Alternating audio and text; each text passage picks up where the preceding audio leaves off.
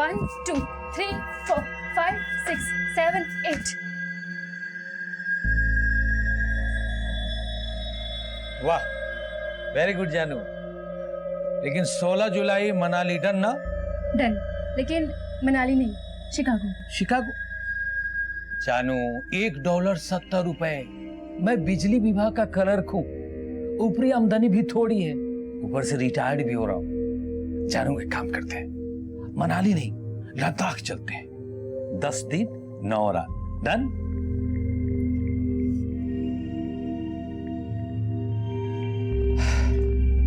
साला शादी ही नहीं करनी चाहिए।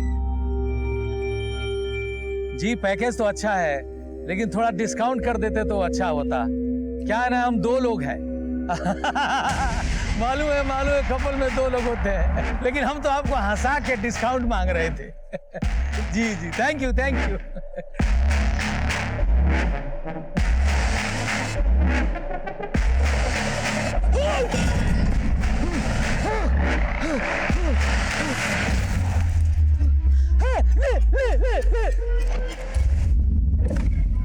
सर, कंट्रोल रूम से फोन आया था। खजूरी रोड पे एक बुजुर्ग आदमी का मर्डर हुआ है।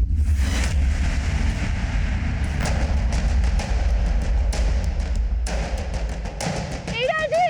हीरा जी!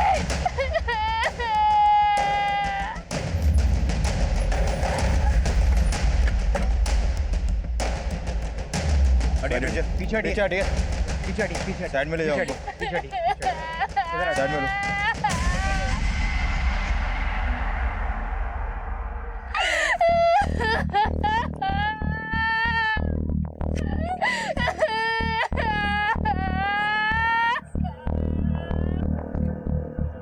सर, इसका मोबाइल पर्स सब गायब है।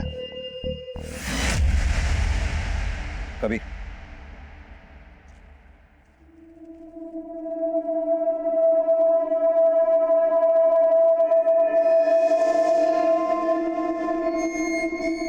सर, लगता है इसी पत्थर से मारा गया इस आदमी को। इतनी बेरहमी से कोई इसे कैसे मार सकता है और क्यों मारेगा? सर, इसका नाम हीरा लाल था, हरिनगर में रहता था। हरिनगर? ये लड़की कौन है जो रो रही है? रीना, ये हीरा लाल की बीवी है। बीवी? और ये जो साथ में लोग बैठे हैं?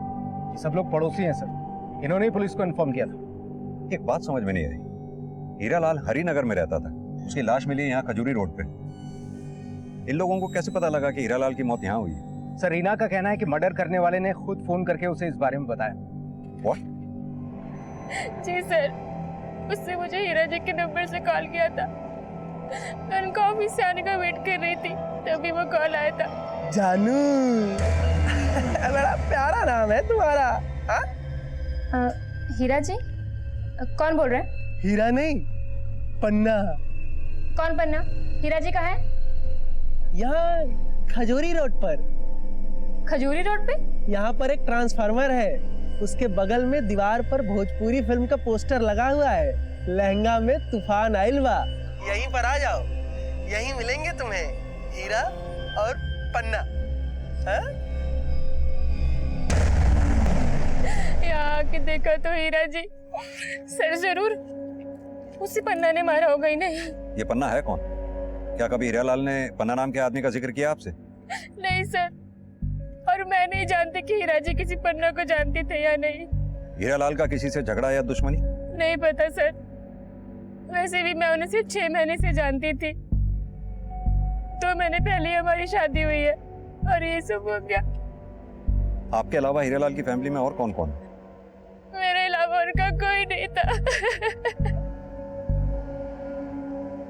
हीरा जी, हीरा जी।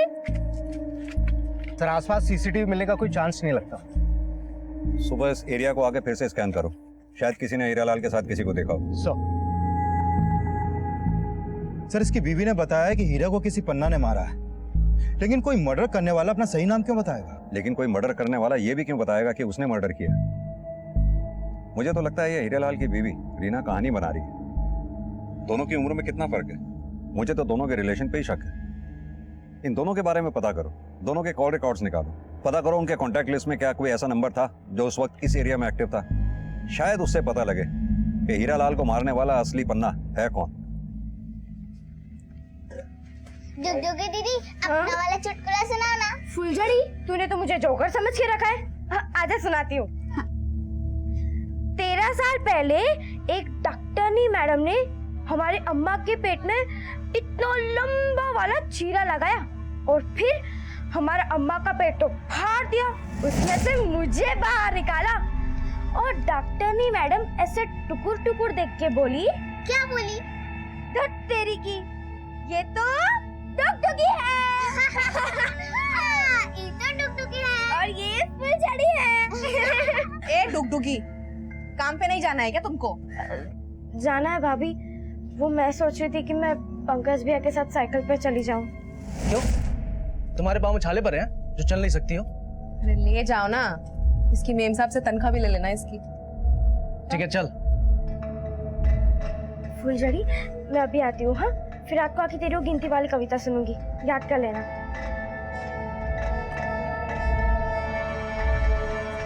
आती हूँ। हाँ, बाय बाय। 1 2 3 4 आज है शनिवार 5 6 ए 7। फुलझड़ी, जाके अपना ये शनिवार इतवार अंदर करो, जाओ। साला ऐसा बसंती पिया मिला है, माँ बनो नहीं और यहाँ 2 पालो बच्चा समझ के।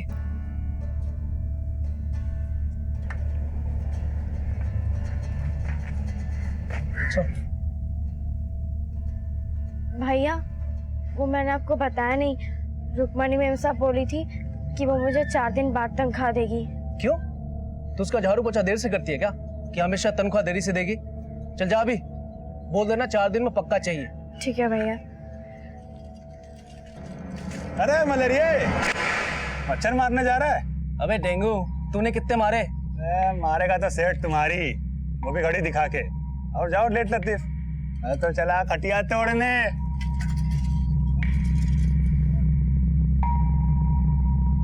सर, हीरालाल के कॉल रिकॉर्ड में ना तो कोई ऐसा नंबर मिला जो किसी ऐसे आदमी का हो जिसका नाम या निकनेम पन्ना हो, और ना ही कोई ऐसा नंबर मिला जो क्राइम सीन पे एक्टिव हो। ये पन्ना या जो कोई भी इसका नाम है, सुपारी किलर भी हो सकता है। हो सकता है हीरा की बीवी रीना इसे जानती हो। लेकिन से हीरा की बीवी के कॉल रिकॉर्ड में भी कुछ सस्पिशियस नहीं मिला।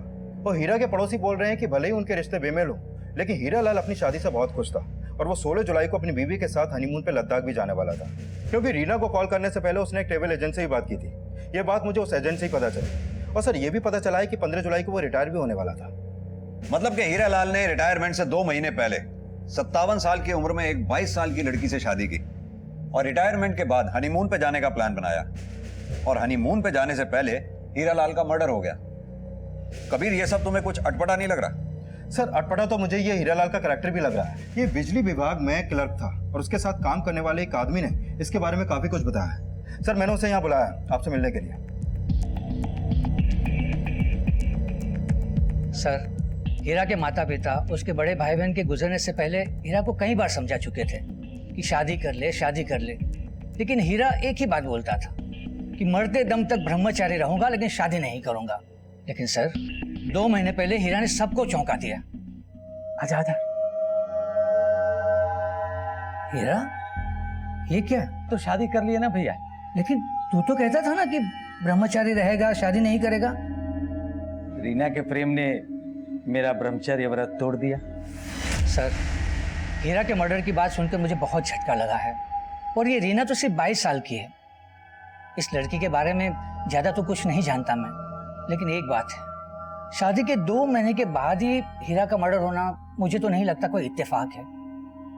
ये हीरा जरूर किसी की साजिश का शिकार हुआ है।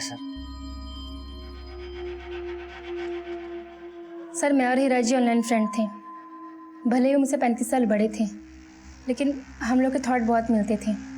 फिर एक दिन हम मिले और हमने शादी का फैसला ले लिया। लेकिन इस रिश्ते से आपके घर वालों को कोई इतराज नहीं हुआ? जी नहीं, उन्हें कोई एतराज नहीं था। हेलो सर, रीना ने बताया कि हीरा से उसकी दोस्ती ऑनलाइन हुई थी। फिर ये दोनों आपस में मिले और मिलने के बाद इन दोनों ने शादी करने का फैसला लिया। हो सकता है रीना ने ऑनलाइन फ्रेंड बना के औरों को भी ट्रैप किया हो। ये रीना की अच्छी तरह से कुंडली निकालो। मुझे पूरा शक है कि वो हीरा को मारने वाला पन्ना रीना की ही अंगूठी का कोई नगीना होगा।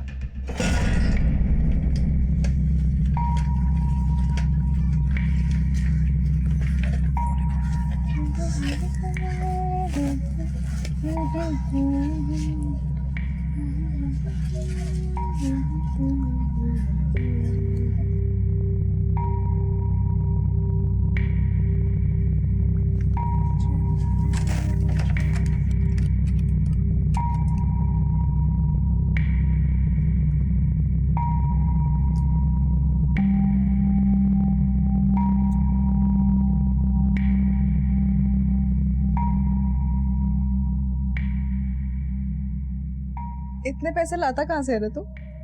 अरे वो अपना सेटिंग है ना तगड़ा वाला। लेकिन कल तेरे पति पंकज को ना शक हो गया, उसने मेरे शर्ट पे तेरे होठ के निशान देख लिए।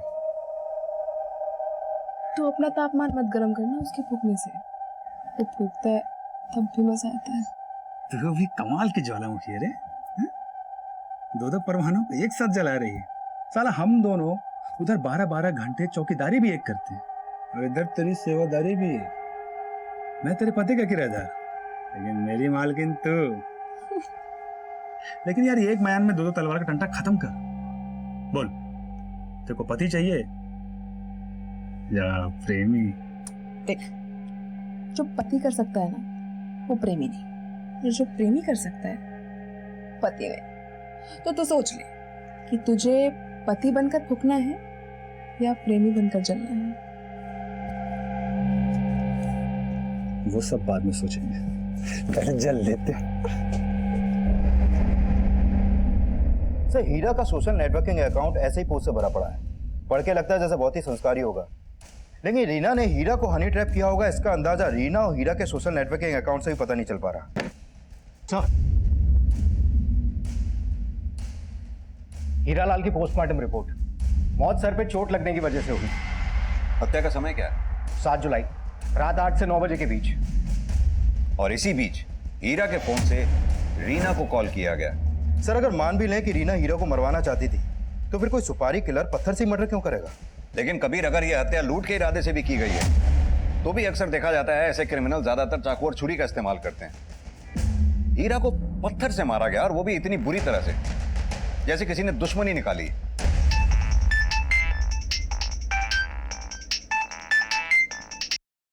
हाँ भैया, तेरे भैया का सैया बोल रहा हूँ। कौन? मानिक भैया कहाँ है? माल रोड पे। साला मच्छर बहुत है यहाँ। आप कौन? मैं हीरा। कौन हीरा? और मानिक भैया के फोन से कॉल क्यों कर रहे हो? अबे तुझे कॉल करूंगा तभी तो तुझे पता चलेगा कि तेरे भैया के साथ माल रोड पे मैंने क्या किया है। क्या किया है? टपका दिया। टपका दिया? हेलो हेलो हेलो,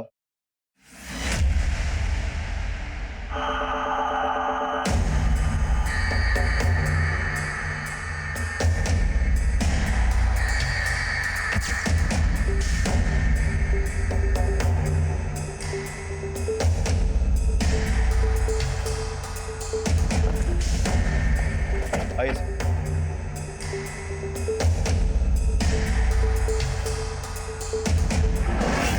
सर, इस आदमी का नाम मानिक है, और किलर ने इसी मानिक के मोबाइल से इसके भाई योगेश को कॉल किया, जिस तरह हीरा की वाइफ को किया गया था। सर, हीरा की तरह इस मानिक का भी मोबाइल, पर्स, घड़ी, चेन सब गायब है। लेकिन सर, किलर ने हीरा की वाइफ को अपना नाम पन्ना बताया था, लेकिन यहाँ पर किलर ने मानिक के भाई को अपना नाम हीरा बताया। शायद कातिल का हीरा और मानिक से कोई कॉमन कनेक्शन हो।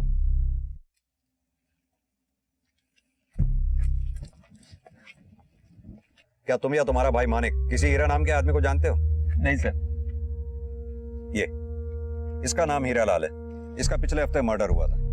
क्या तुमने अपने भाई मानिक को कभी इसके साथ देखा था? नहीं सर, मैंने कभी नहीं देखा इस आदमी को। कबीर, भले ही मानिक का ये भाई योगेश हीरालाल को नहीं जानता हो, लेकिन दोनों मर्डर्स की मोडस ऑपरेंडी सेम ही है। दोनों के मर्डर एक ही तरीके से हुए हैं, दोनों विक्टिम्स के साथ लूटपाट हुई है। हो सकता है दोनों का कातिल भी एक ही हो। अगर दोनों मर्डर्स में कोई बात अनकॉमन है तो वो ये कि मानिक की पैंट के जिप और बटन खुले हुए हैं, जबकि हीरालाल की पैंट के जिप और बटन खुले हुए नहीं थे। क्या चक्कर हो सकता है? आपका मतलब मोलेस्टेशन से है? लेकिन सर, हीरालाल की पोस्टमार्टम रिपोर्ट में तो ऐसा कुछ भी सामने नहीं आया। अब देखते हैं कि इस मानिक की पोस्टमार्टम रिपोर्ट में क्या निकलता है। और ये भी देखो कि मानिक और हीरा के बीच में क्या कनेक्शन हो सकता है, क्योंकि दोनों के मर्डर्स एक ही तरीके से हुए हैं। Okay sir. ये वही मानिक है जिसका हीरा लाल की तरीके से मर्डर हुआ है। पता कर, इन दोनों में कोई कनेक्शन है क्या? पता करता हूँ सर।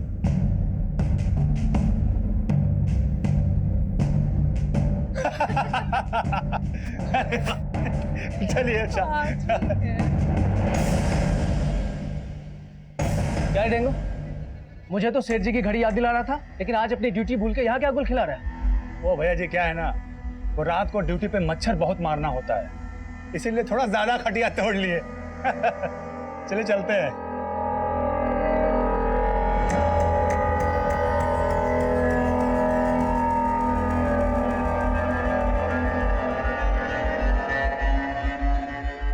सुनीता, देख मैं तुम्हारे लिए क्या लाया हूँ। क्या? गजरा है, अच्छा है ना? तो तुम खुद ही लगा दो।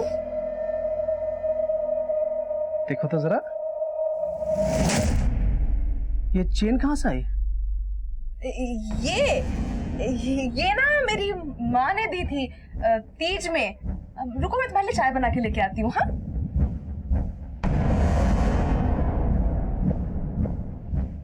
वैसे तो हमारे पापा बहुत बड़े पहलवान थे, तो एक बार दादाजी ने बोला, ए भीमा, ये कैसा पहाड़ खोदा है कि निकल आई चुईया?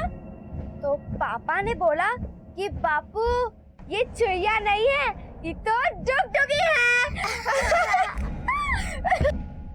रोज रोज मेरे स्वर्गीय अम्मा बाबा का मजाक उड़ाती रहती है। तुम डुगडुगी हो, कोई स्वर्ग की अप्सरा नहीं, समझी?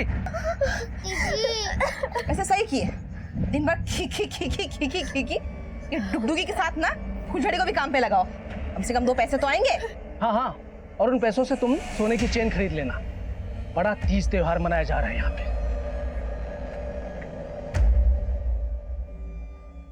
सर, मानिक की लाश माल रोड पे जहां पर मिली थी, वहां के एक सीसीटीवी में मानिक के एक सिक्योरिटी गार्ड के साथ कैप्चर हुआ था।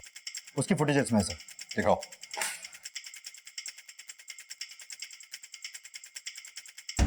ये देखिए सर, ये सिक्योरिटी गार्ड है मानिक के साथ, लेकिन सर इस गार्ड का चेहरा क्लियर नहीं दिख रहा है।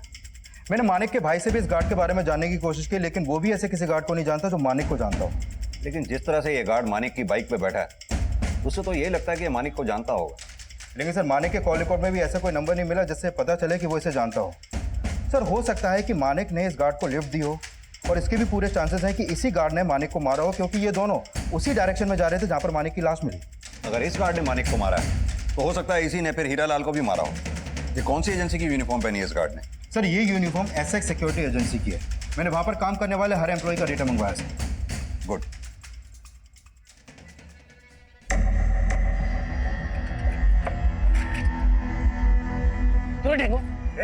तूने मेरी बीवी को सोने की चेन गिफ्ट किया? हाथ की लगाता है ये चल ये रुको, छोड़ो, हटो। गए सिक्योरिटी गार्ड को हीरा लाल और मानिक दोनों की हत्याओं का सस्पेक्ट माना जा रहा था, और इस सिक्योरिटी गार्ड का पता लगाने के लिए पुलिस हर संभव कोशिश कर रही थी, लेकिन परिणाम अब भी शून्य था। सर एसएक्स सिक्योरिटी एजेंसी में जितने भी गार्ड हैं, उनमें से किसी का भी फोन क्राइम सीन पर एक्टिव नहीं था। कबीर, ये जरूरी तो नहीं कि क्रिमिनल क्राइम सीन पे अपना फोन साथ में ही लेके जाए। लेकिन सर जो सीसीटीवी फुटेज हमने देखी, उसमें वो गार्ड बाइक पर बैठा था और उसका चेहरा भी क्लियर दिखाई नहीं दे रहा था, और हीरा और मानिक के बैकग्राउंड में भी उनका किसी भी कार्ड से कोई कनेक्शन नहीं है। सर खबरियों से हीरालाल और मानिक का एक कॉमन कनेक्शन सामने आया है। 2 साल पहले तक हीरालाल सुखामा रोड पर आया जाया करता था, मानिक भी वहीं आता था। ये सुकामा रोड वही है ना जहाँ ये सभी गेज इकट्ठे होते हैं? Yes sir. इस हीरालाल का 57 साल तक शादी ना करने के पीछे राज यही था कि वो होमोसेक्सुअल था, और सर ये मानिक भी होमोसेक्सुअल था। तो हो सकता है हीरा लाल और मानिक के मर्डर में किसी गे का हाथ हो, जो उन दोनों का क्लाइंट हो और जिसने सिक्योरिटी गार्ड के कपड़े पहनकर इन दोनों के मर्डर्स किए हों। एक काम करो, ये सुकामा रोड पे जहां भी ये गेज इकट्ठे होते हैं उन सबको राउंड अप करो। हो सकता है ये काम उनमें से ही किसी एक का हो। Okay sir. सिक्योरिटी गार्ड के लिबास में दिख रहे किलर को अब गे और होमोसेक्सुअल भी समझा जा रहा था, और उस किलर की तलाश में कई संदिग्धों को राउंड अप भी किया जा रहा था, लेकिन असली कातिल तक पहुंचने के लिए पुलिस को अभी काफी मशक्कत करनी थी। सर मानिक की इस पोस्टमार्टम रिपोर्ट के मुताबिक उसकी हत्या किसी भारी पत्थर के वार से हुई, और हीरा की तरह मानिक को भी मॉलेज नहीं किया गया था। लेकिन थे तो दोनों ही होमोसेक्सुअल, यानी कि समलैंगिक। सर सुकामा रोड पे काम करने वाले हर गे को खंगाला, लेकिन कुछ खास मिला नहीं। लेकिन सर इन दोनों मर्डर में कई बातें कॉमन है। जैसे? आइए सर, पहले मर्डर हुआ हीरा का,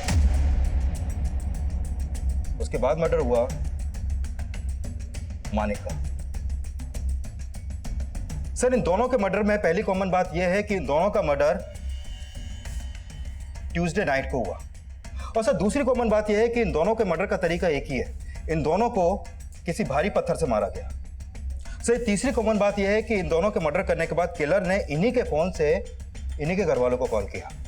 सर इन दोनों मर्डर में किलर का मोडस ऑपरेंडी एक ही है, और जिस तरीके से उस किलर ने ये दोनों मर्डर किए हैं उसे तो लगता है कि वो कोई साइको ही है, और हो सकता है कि वो साइको कोई सीरियल किलर हो, स्टोनमैन। हीरालाल और मानिक की हत्या करने वाले किलर को अब सीरियल किलर समझा जा रहा था। लोगों को उससे बचने के लिए सतर्क किया जा रहा था, और जिस मॉडस ऑपरेंडी से मर्डर किए जा रहे थे वो इस केस की जड़ें और भी गहरी करने वाला था।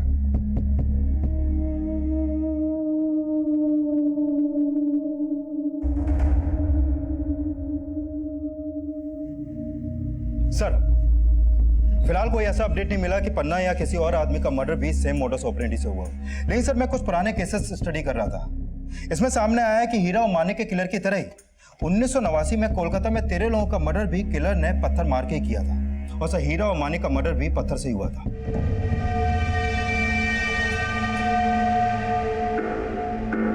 और सर सेम मोडस ऑपरेंडी से 26 मर्डर 1985 से 1989 के बीच मुंबई में हुए। सर कोलकाता में 13 और मुंबई में 26 मर्डर के पीछे एक ही आदमी का हाथ होगा, इसका अभी तक पता नहीं चल पाया सर। ये सभी 39 मर्डर केसेस अभी तक अनसॉल्व्ड हैं। जिसने भी मर्डर किए वो अभी तक पकड़ा नहीं गया सर।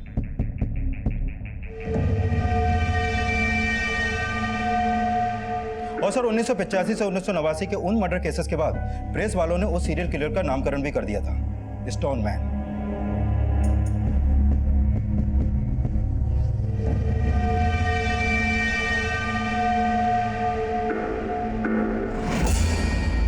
सर वैसा ही एक स्टोनमैन 2009 में भी सामने आया। साल 2009 में गुजरात के राजकोट शहर में 3 लोगों का मर्डर भी इसी तरह पत्थर मार के किया गया था, जिस तरह हीरा और मानिक को मारा गया।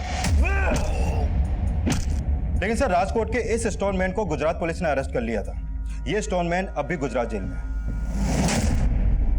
लेकिन जिस स्टोनमैन को हम ढूंढ रहे हैं वो अभी तक फरार है। वो उन सीरियल किलर से ज्यादा अतरंगी है। वो लोगों की पत्थर मारकर सिर्फ जान ही नहीं लेता, वो विक्टिम के मोबाइल फोन से उसके परिवार वालों को फोन करके क्राइम स्पॉट पे बुलाता है, जैसे कि हमें चैलेंज दे रहा हो। कबीर, इससे पहले कि वो किसी और को शिकार बनाए, हमें उसे ढूंढ निकालना होगा।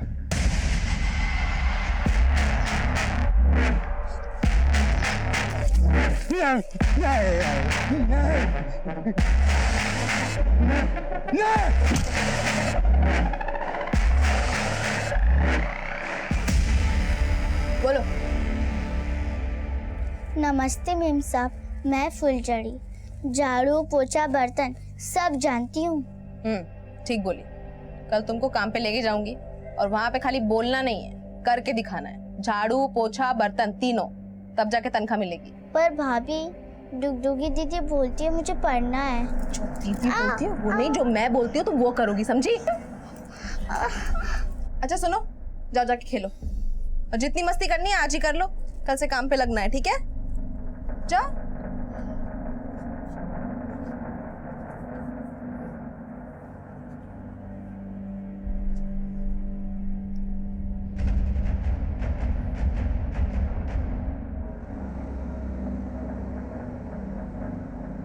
अरे देवर जी, चाय पियेंगे आप?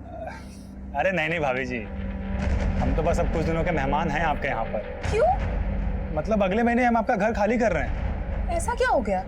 अब आपको क्या हम बताएं? छी छी छी छी। अरे पंकज भैया ने मेरे और आपके बारे में इतना गलत सोचा कि मुझे बताते हुए भी शर्म आ रही है आपको भाभी जी।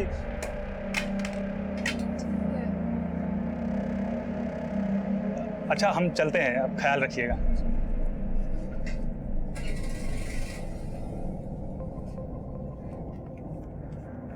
अब तुम मुझे और बेवकूफ नहीं बना सकती हो, मैं पुनीत को निकाल के ही रहूंगा।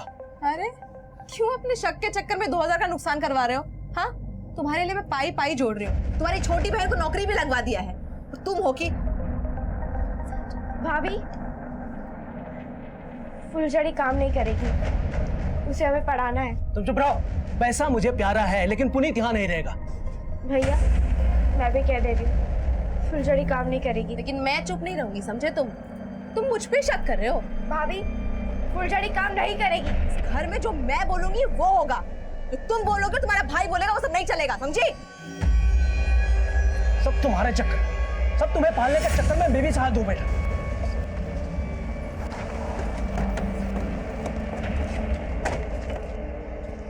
पीछे हटिए आप लोग, पीछे हटिए, पीछे हटिए।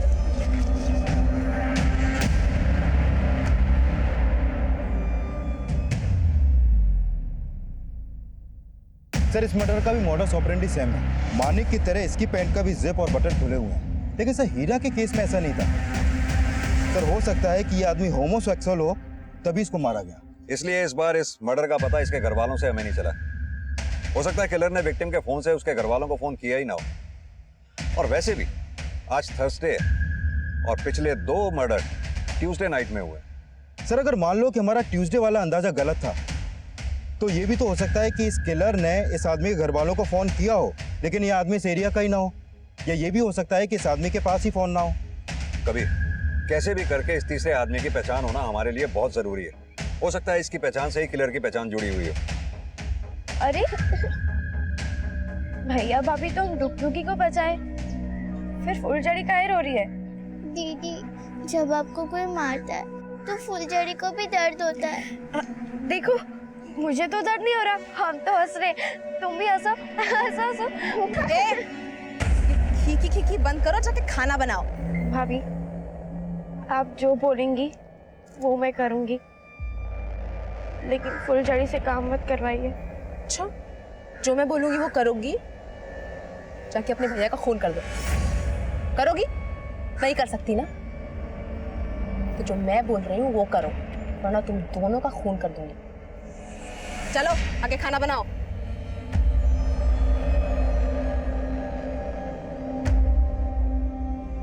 सर हमने सभी थानों में उस तीसरे विक्टिम की फोटो सर्कुलेट करवा दी है, लेकिन अभी तक उसकी कोई पहचान पता नहीं चल पाई है।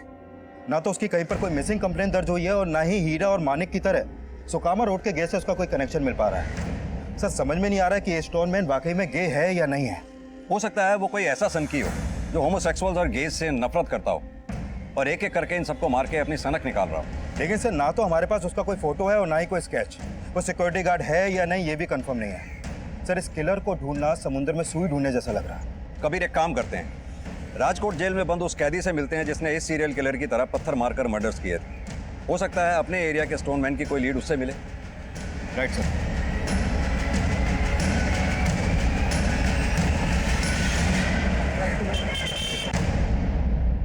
साहब मैं स्टोनमैन नहीं, चोरीबाज था। चाकू की नोक पे लोगों को लूटना, फिर टपका देना। फिर मुझे पता चला रमन राघव का, सुना 54 लोगों का मर्डर किया। साहब मुझे रमन राघव से बड़ा क्रिमिनल बनना था, इसलिए उसके 54 मर्डर का रिकॉर्ड तोड़ने के लिए 3 लोगों को पत्थर मार के टपका डाला मैं। तेरे जैसा एक सनकी बाहर भी घूम रहा है जो लोगों को पत्थर से मारता है। तेरा कोई भाई भाई भी है क्या?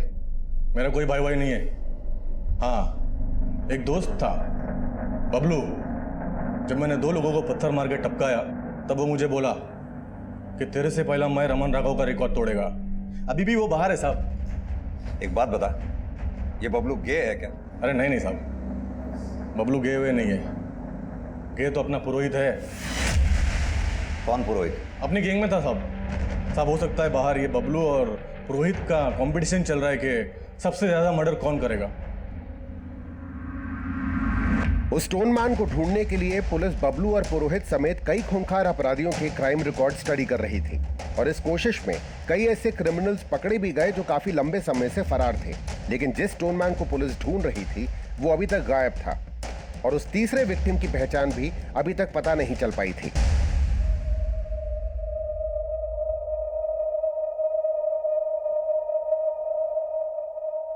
मैंने उस मच्छर को बोल दिया है कि चाहे जो भी हो ये डेंगू हमारे साथ ही रहेगा। तुम्हें इतने महंगे महंगे तोहफे लाके दिए, तुम्हें ये चेन लाके दी और तुम अपने पति की तरह मेरा मजाक उड़ा रही हो, डेंगू बुला रही हो। मेरे मन में जो आएगा मैं उस नाम से बुलाऊंगी और प्यार सिर्फ तुमसे करूंगी मेरे डेंगू। फुलझड़ी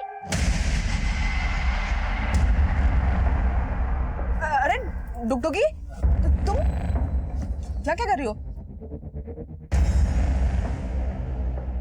ऐसे मारोगे ना तो अपने भैया को और बड़ा चढ़ा के बताएंगे, और इनका भैया तुम्हें कुछ करे ना करे लेकिन मेरी जान ले लेगा वो। इनको जान से मारना पड़ेगा।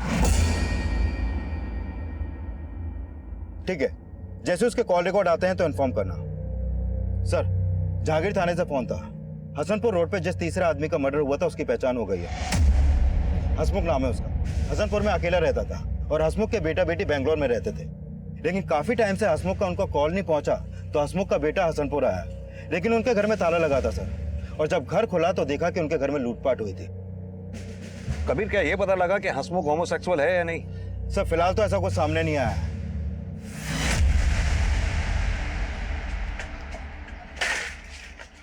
ये क्या सुन रहा हूं मैं? क्या हुआ?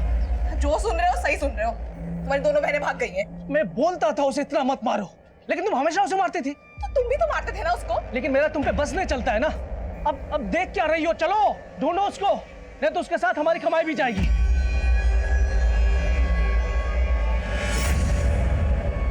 सर, ये हसमुख के कॉल रिकॉर्ड। हत्या वाले दिन उसके नंबर से किसी को भी लास्ट कॉल नहीं किया गया था, बल्कि उसकी हत्या से 2 घंटे पहले उसके फोन पे एक नंबर से कॉल आया था। ये देखिए सर। और हत्या वाले दिन ये नंबर उसी एरिया में एक्टिव था जहां पर हसमुख का मर्डर हुआ। सर, अभी ये नंबर नुसरतगंज में एक्टिव है। लेकिन ये नंबर है किसका? सर, अभी थोड़ी देर में पता चल जाएगा कि ये नंबर किसके नाम पे रजिस्टर्ड है और इसका फोटो भी सामने आ जाएगा। सर, ऑलरेडी मैंने अपनी एक टीम को नुसरतगंज में तैनात कर दिया है। हो सकता है ये नंबर यूज करने वाला स्टोन मैन ही हो। अरे फुलझड़ी और डुगडुगी को धरती तो निकल नहीं जाएगी ना। देख सुनीता, तू सच सच बता, कुछ छुपा तो नहीं रही है ना? अरे तुमको क्या लग रहा है मैंने मार दिया उनको? नहीं, तू मुझसे भी ज्यादा कमी नहीं है। तू उसे मार नहीं सकती लेकिन उसे बेच सकती है। अब बता क्या किया? उसका नाम जगत है, ये उसका फोटो। सर, हसमुख को जिस नंबर से कॉल आया था वो इसी जगत के नाम पे नुसरतगंज के एड्रेस पे रजिस्टर्ड है। हमने इसको उठवा लिया सर। ग्रेट।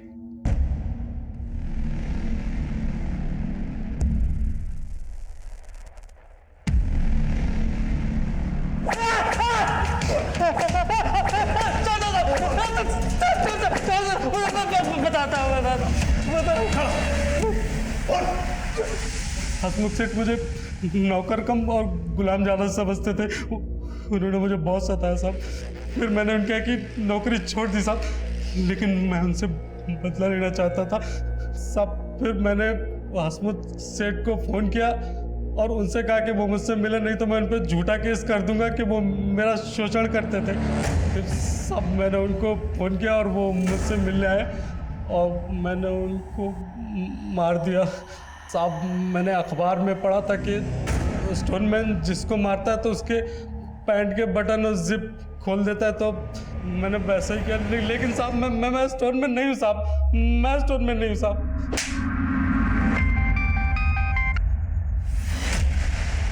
अरे सुषमा, कहाँ हो तुम? मैं कब से तुम्हारा इंतजार कर रहा हूँ। तुम अभी तक घर पर क्यों नहीं आई? क्योंकि सुषमा मरने वाली है। क्या बक रहे हो? कौन हो तुम? स्टोनमैन। स्टोनमैन? पुलिस वालों ने यही नाम तो दिया है मेरा। जल्दी से बसंतपुर रोड आ जा, तेरी बीवी को टपका दिया है मैंने। हेलो हेलो,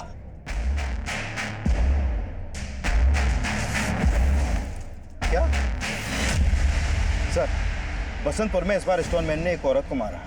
औरत को? हाँ सर, उस औरत का नाम सुषमा है और किलर ने सुषमा के ही फोन से उसके पति को कॉल करके मर्डर लोकेशन बताई है। और इस बार किलर ने अपना नाम स्टोनमैन बताया है। स्टोनमैन? Yes sir.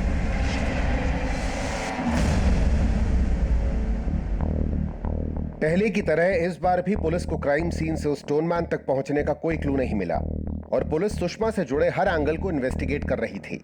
और इस बीच एक संदिग्ध उनकी नजर में आया। सर, सुषमा का मर्डर बसंतपुर में जहां पर हुआ था उस एरिया की एक सीसीटीवी में सुषमा कैप्चर हुई थी। उसके फुटेज इसमें है सर। दिखाओ।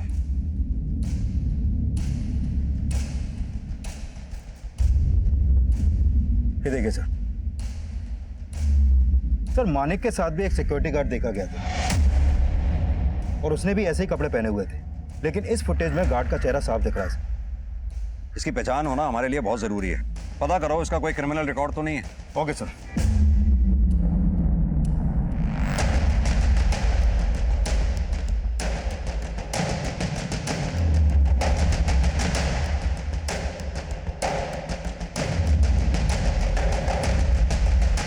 सर अगर ये स्टोनमैन इसी एरिया का होता तब तक तो इसकी पहचान पता चल गई होती।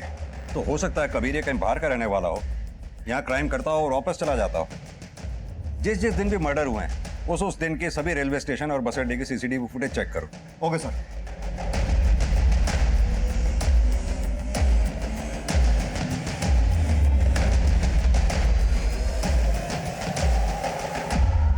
सर आपका अंदाजा सही निकला।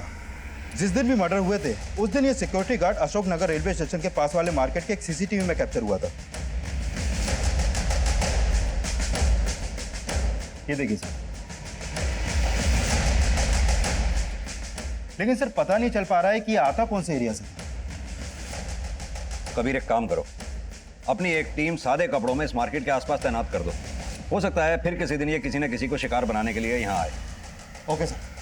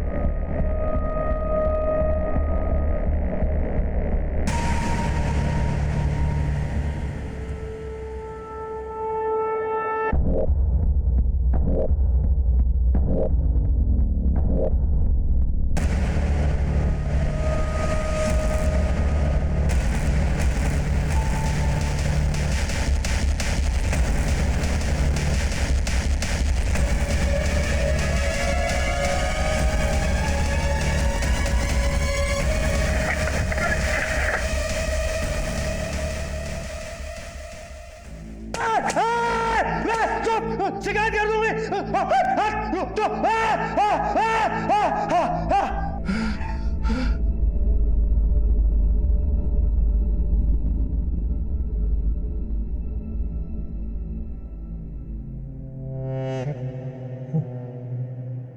क्या साहब आप लोग भी बजाने आए हो? बकवास बंद कर, सीधे तरीके से बोल। क्या सीधा सीधा बोलूं साहब, सारी दुनिया ने बजाया है मुझे, आप भी बजा लो। डुगडुगी जठेरी। तेरी की, ये तो डुगडुगी है। डुगडुगी, सही नाम बोल अपना। सही तो बोल रही हूँ साहब। साहब मेरा भाई गधा था, एकदम गधा, खुद को शेर समझता था। और मेरी भाभी लोमड़ी थी, लोमड़ी। उसका एक कुत्ता जैसा यार था। मेरी भाभी और वो कुत्ता मिलके मुझे बहुत बजाते थे साहब, बहुत बजाते थे। रुक जा, रुक जा। अरे ऐसे मारने से कुछ नहीं होने वाला है। ऐसे मारोगे ना तो अपने भैया को और बड़ा चढ़ा के बताएंगे। इनको जान से मारना पड़ेगा।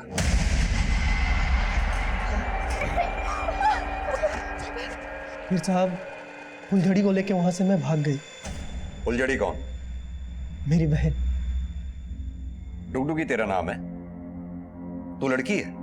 नहीं साहब, लड़की नहीं, मैं किन्नर हूं साहब, किन्नर। साहब जब मैं फुलझड़ी को लेकर भागी तो मुझे मुन्नी अम्मा मिली, वो भी किन्नर थी साहब। तब से फिर मैं उसी के साथ नाचने लगी, बख्शीशें मांगती थी और मुझे जो पैसे मिलते थे उससे मैं फुलझड़ी को पढ़ाती थी। जब उससे भी नहीं बन पड़ा तो मैं के लोगों के साथ अपना जिस्म तक बेची साहब। लेकिन फुलझड़ी भी दगाबाज निकली, उसको अच्छा नहीं लगता था मेरे साथ रहना। और एक दिन उसने मुझे इतना नीचा दिखाया कि अपने कॉलेज के लड़के के साथ भाग गई। फुलझड़ी के जाने के बाद मेरी जिंदगी खत्म, पूरी तरह से खत्म। फिर मैं सोची मेरी जिंदगी क्यों खत्म? जिन लोगों ने मेरी जिंदगी खत्म की उन सबकी जिंदगी खत्म। तो हीरालाल और मानिक तेरे साथ गलत काम करते थे, लेकिन तूने उस औरत को क्यों मारा? उस औरत ने मुझे थप्पड़ मारा साहब, मुझे बर्दाश्त नहीं हुआ उसका थप्पड़।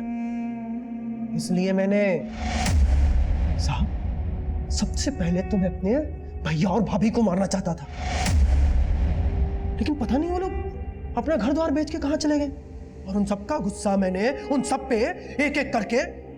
माना कि दुनिया ने तेरे साथ जो कुछ भी किया गलत किया, लेकिन तूने जो दुनिया के साथ किया, क्या वो ठीक है? हालांकि ऐसा माना जा रहा था कि डुगडुगी की मानसिक हालत बिगड़ चुकी थी, लेकिन उसकी मेडिकल रिपोर्ट ने इस संभावना को नकार दिया। डुगडुगी ने भले ही बचपन से कई तरह की मानसिक और शारीरिक यातनाएं सही होंगी, लेकिन हत्या एक ऐसा अपराध है जिसके लिए कभी माफी नहीं दी जा सकती।